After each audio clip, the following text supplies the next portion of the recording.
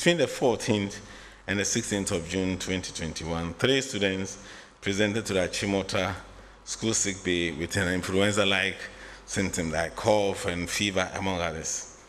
All 3 were investigated for COVID-19 in line with the laid-down protocols. The 3 posted positive, prompting the activation of the Public Health Emergency Response Team of the Greater Accra region, and led by the Okaikwe North Municipality, where the school falls. All 3 students were isolated following existing protocols.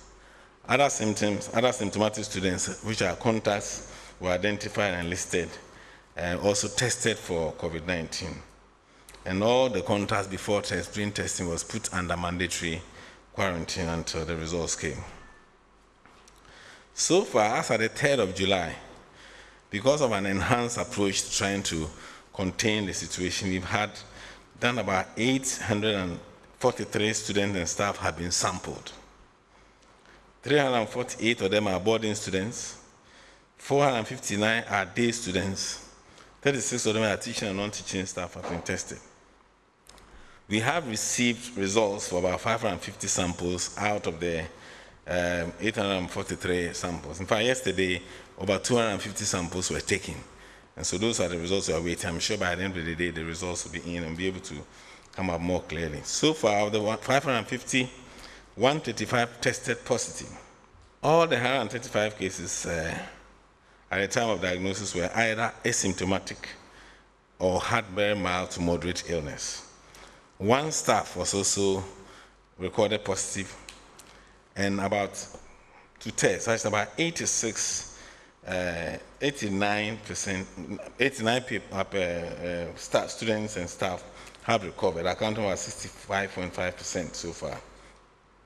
So the active case, the number who are still in carrying the virus, about 46, as I mentioned earlier. We had a significant number of the initial one we did in Achimota as the Delta variant.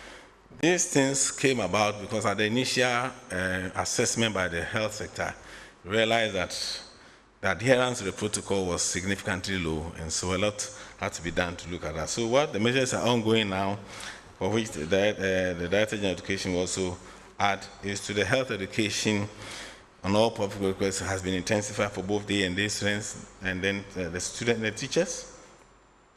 We review the cases daily, and discharge of eligible students are being done based on our discharge policy. That's 14 weeks, 14 days from the day we tested positive. We have intensified enforcement of the infection prevention and control practices on campus, and disinfection of all places of concern are being done. Classrooms, vehicles, etc., are all being done currently.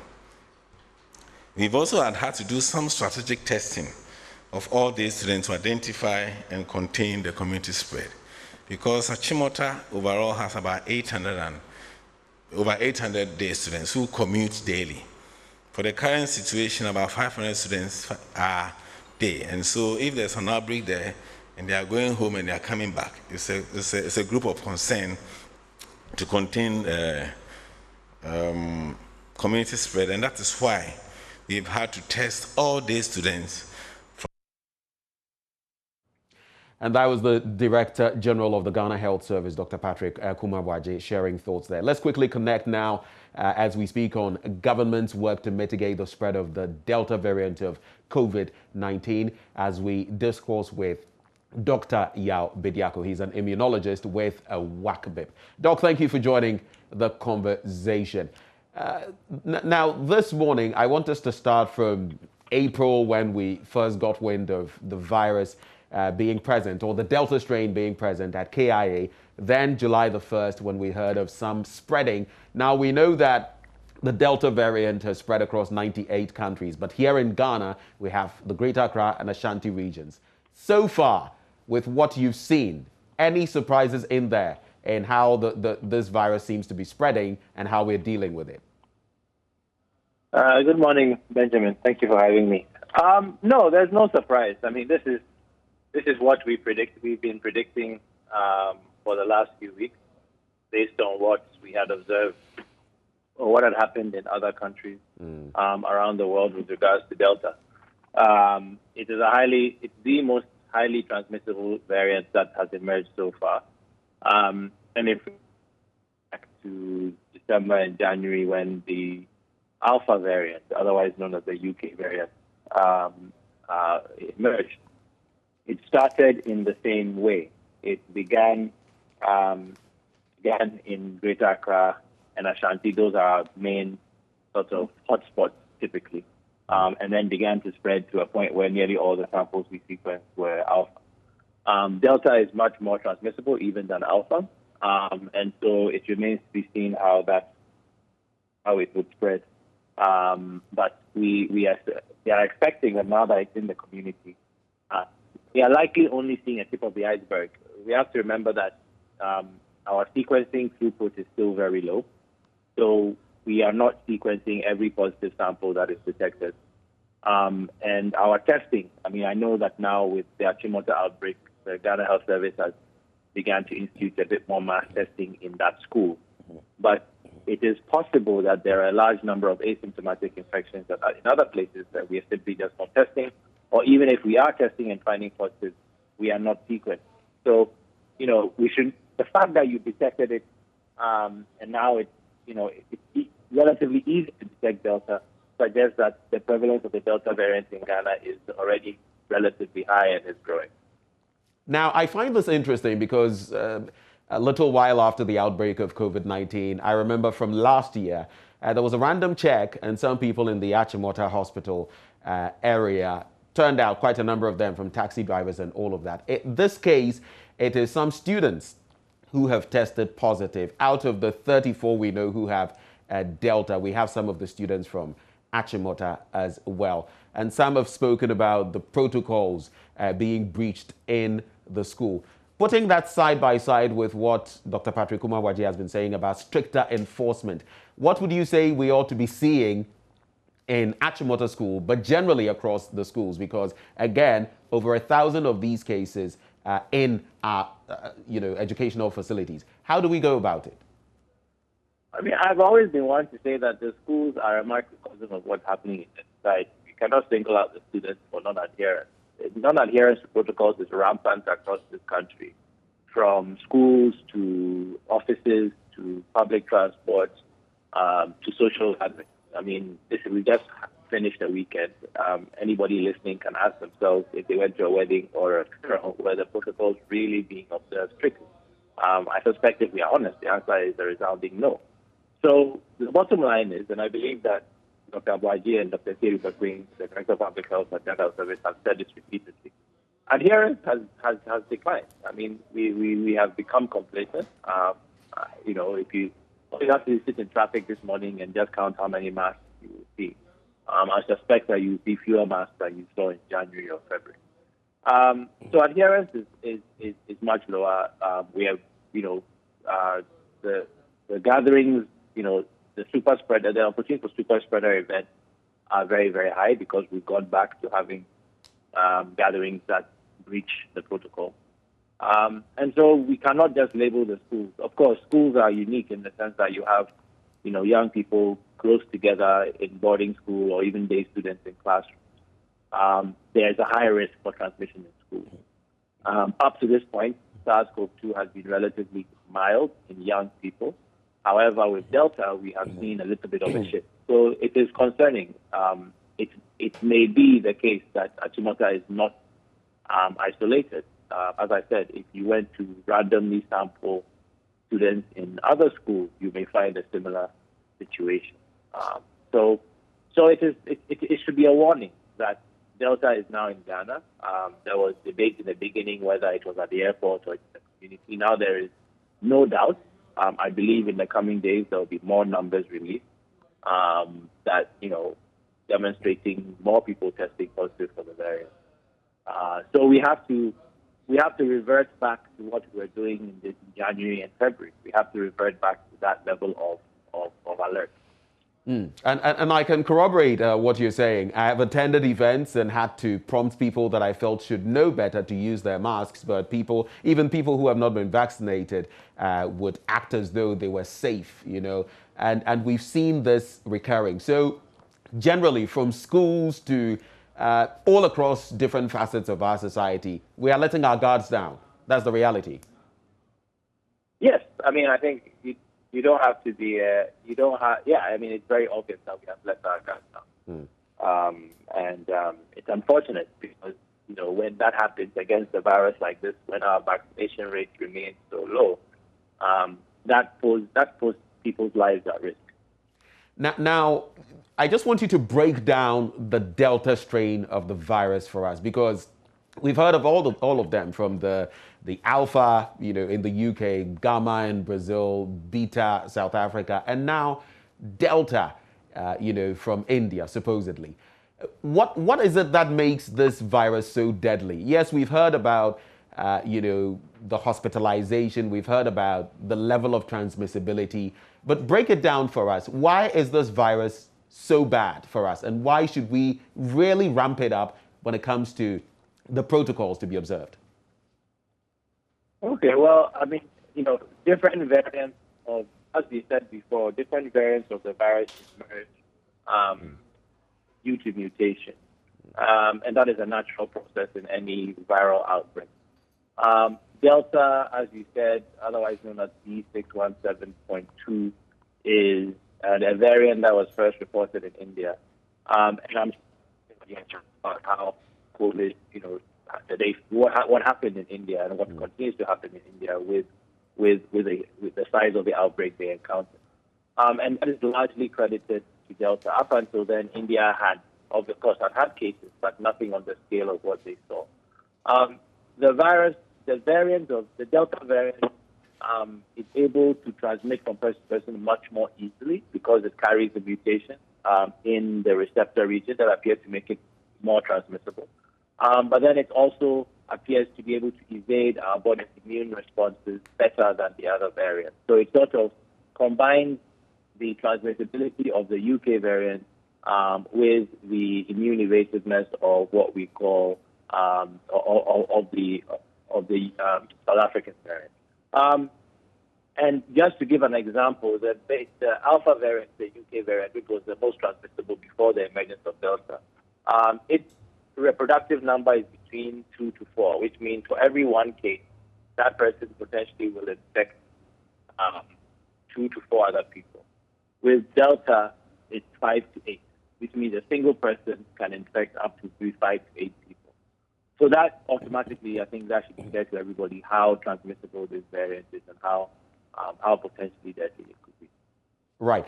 Please hold for me, Dr. Bediako. We've also been joined by Professor Alfred Yorson, Head of Community Health with the University of Ghana Medical School. Prof, thank you for joining the conversation. Now, so far, with all that you've seen, the outbreak of the Delta variant in the Greater Accra, in the Ashanti regions, the 34 cases we've seen so far, the spike in schools, and government's attempts with the Ghana Health Service to deal with the problem. What would you say is your understanding of what we've done so far? Are we making positive strides as far as curtailing the virus is concerned?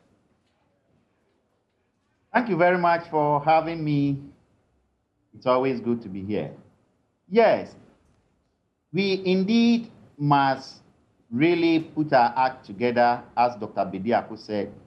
We have had episodes of this pandemic as if everything is all right, and then suddenly we are in difficult streets again. And unfortunately, for the past few weeks, even at the national level, community level, and institutional level, the preventive measures were almost non-existent.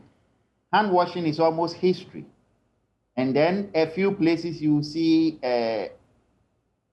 disinfection of hand using sanitizers. And as for wearing of masks, you don't see it. And these are the things that will undo all the efforts that we have made. And it is important at this stage, as Dr. Bediako said again, that we are dealing with a variant that is more easily transmissible.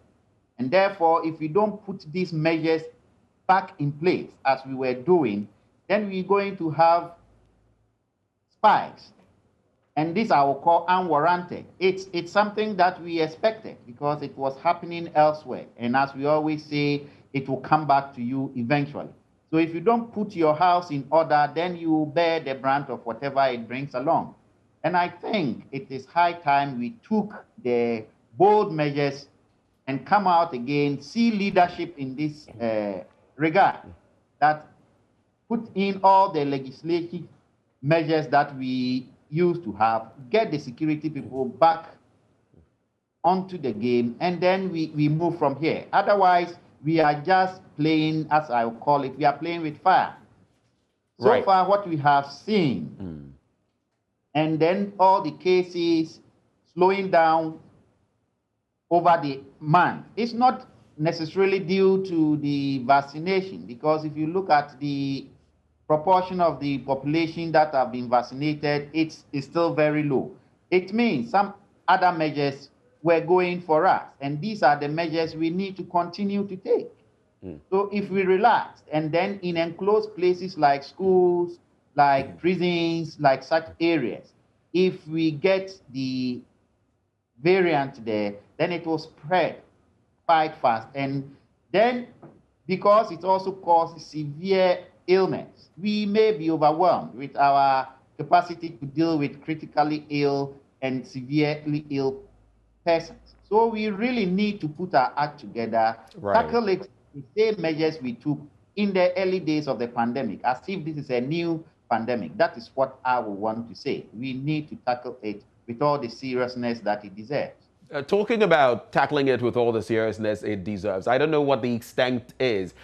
Dr. Patrick Kumar-Boakye has said we need stricter measures in place to deal with it, and especially as you are more focused on community health. What do you feel we should be doing as far as the community spread of the variant is concerned? How do we take the bull by the horns in this instance? Is it just going to be the normal, oh, don your mask, sanitize, wash your hands, or should we need, do we need accelerated measures to be able to curb it? Yes, as you rightly put it, we need accelerated measures. We have done these in the past, but this is the time we need to step up. If it is public education, we need to step up. If it is the legislation, as we said, we need to take stricter measures. And we see examples being made of people who are flouting the laws. And also put in place more friendlier and more enforceable regimes of the rules, so that people will be made to do the right things. It's not only punishment and sanctions. We should put in measures to encourage people to do the right thing. For example, as we always say, this is the time that we need to ensure certain public measures. You see people who are not wearing masks, you put in sanctions, you give them to do some community work, and you provide them with masks, so that it is not just the prevention and the sanctioning, but also the protection aspect of it should be enforced. We make sure we get everybody to get masks. In our marketplaces, at the community level, at the school, we always must get the community leaders on board. There was a time we had prominent chiefs, prominent leaders talking about it. This is the time we need that effort again. We need to show that example at the community level.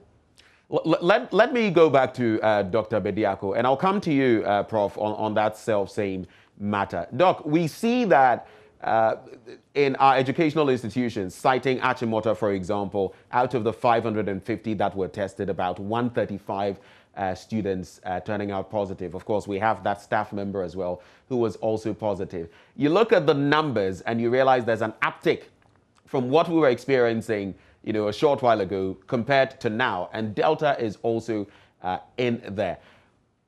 Could this break the backbone of our health system if not addressed properly? What could be the consequences of having the Delta variant, especially in these two hotbeds, the Greater Accra region, the Ashanti region, if care is not taken? Dr. Bediako, are you on the line with us? Can you hear me?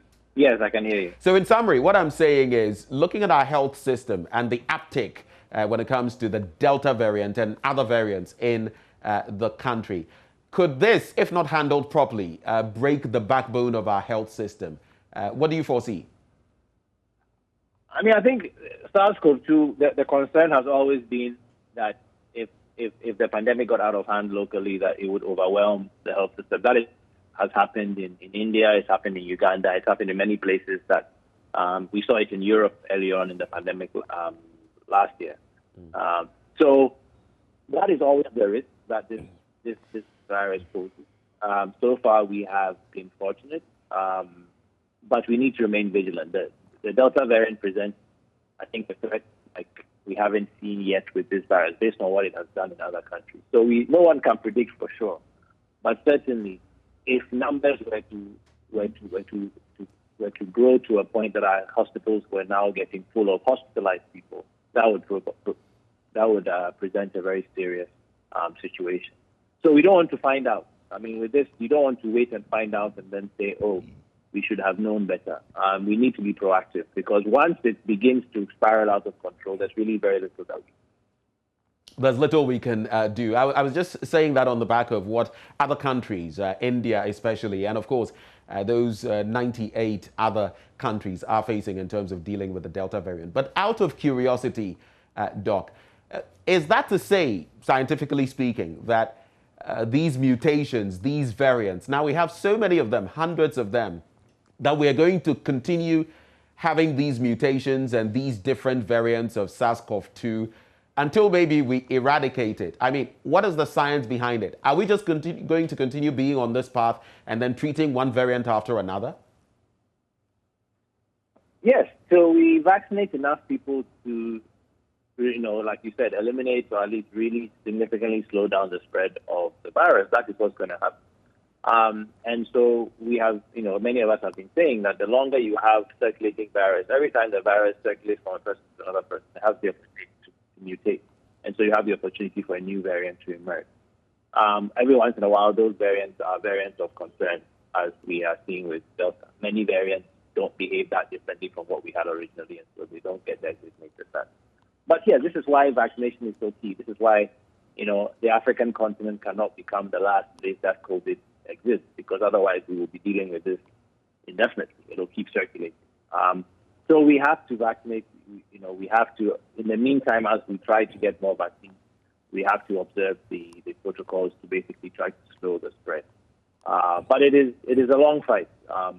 Without mass vaccination, without herd immunity, I don't really see this ending soon. So that really, the countries where you are seeing the outbreak under control are countries that have done a lot of vaccination. So that remains our target. It has to remain our focus. But in the meantime, as we are still dealing with it, we have to maintain the protocols, try to prevent too many people from getting infected. Let me push that question a bit further. We know that with some illnesses treated with antibiotics, for example, over time, the viruses or bacteria have developed resistance to those antibiotics, so much so that we've had to develop newer ones to deal with them because the older ones no longer worked, or for some of them are practically, you would say, incurable. You have to deal with them.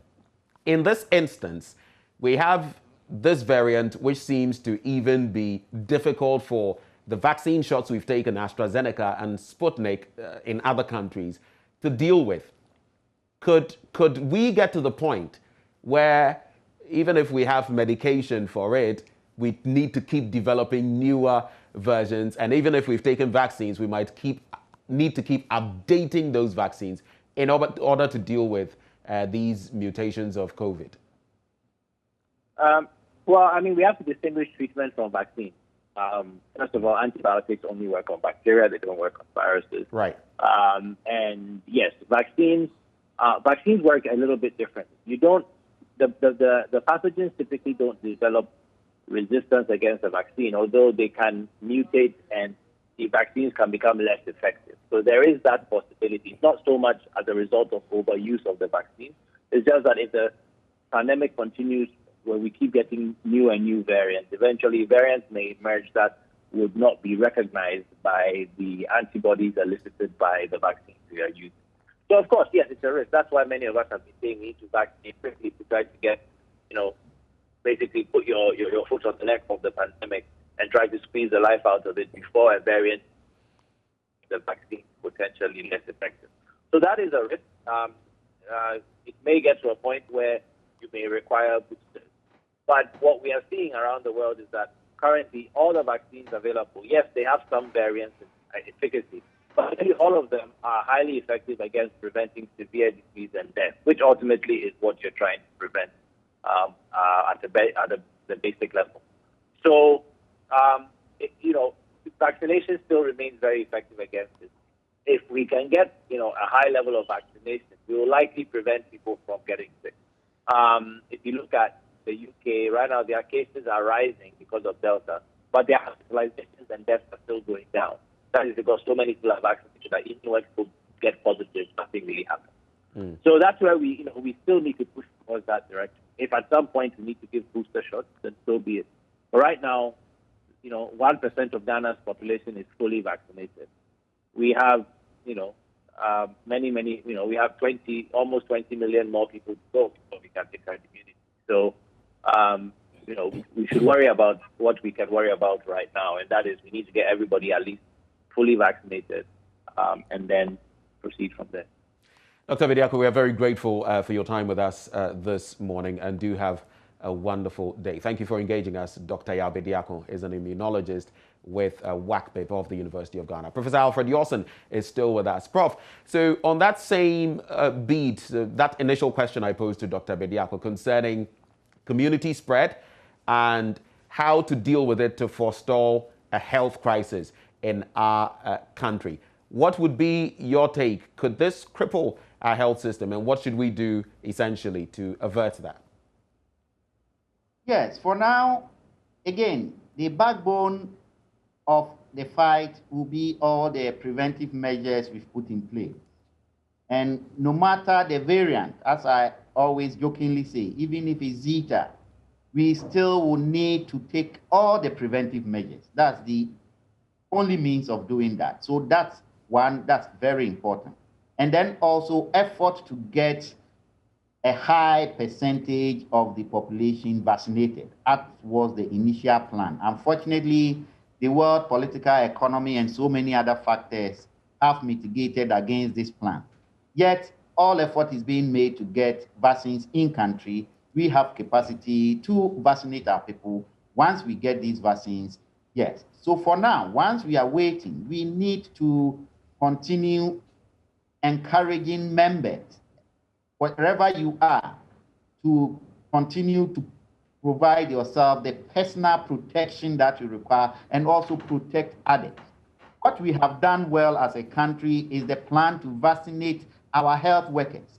That in itself, even though the percentage is small, provides a certain confidence and make our health system a little more resilient so that we know our health workers are protected, and therefore the collateral effect, not conducting surgeries, not treating other patients because of the effect COVID will have on us, is now limited. And that's where we have done well, and we need to continue that, and we need to engage the public to help us so that the health workers will not be overwhelmed, the health system will not be overwhelmed, and then we become short of oxygen and admissions. That's where we don't want to get to.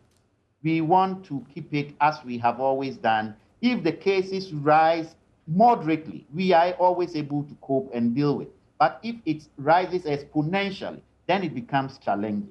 So we will encourage everyone whose responsibility it is to do something, right from national leadership through the ministry, Ghana Health Service, all collaborative agencies, and the media, especially as you are doing, to support us in this regard, especially at the community level. Two quick questions, Prof, right before we cap it all off.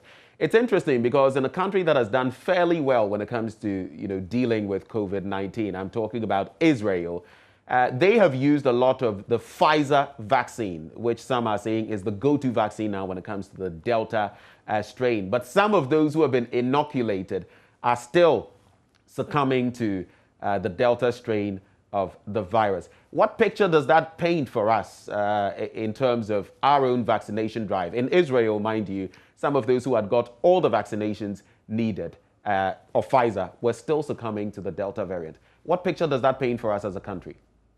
Yes, certainly it's not surprising because we always know that vaccination will not protect everybody 100% from getting infected and also transferring the infection to others. What it does is that it protects the majority of the population, and even when you get infected, you do not become severely and critically ill. That's the point.